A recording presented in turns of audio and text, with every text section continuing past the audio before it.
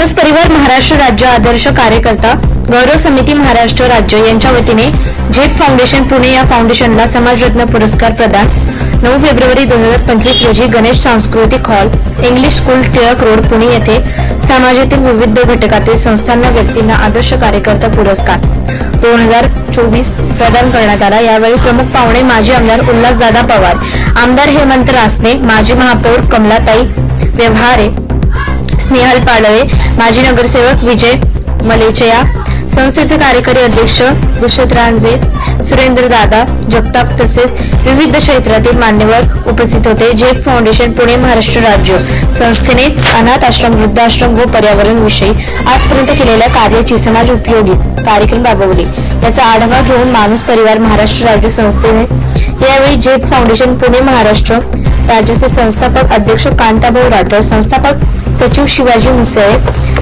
पदाधिकारी शहाजी मुसळे, नवनाथ शिंदे, रजित गायकवाड, डॉक्टर स्मिता भंगाळे उपस्थित होते।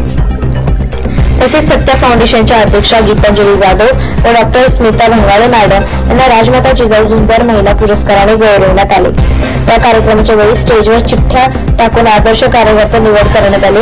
यामध्ये एकता मित्र मंडळ सुधीर धमाले यांच्या मंडळाला आदर्श कार्यकर्ता पुरस्कार मिळाला। कार्यक्रम खूप चांगल्या पद्धतीने पार पडला। सर्व संस्थेने पुरस्कारार्थींनी माणूस परिवार संस्थेचे आभार मानले।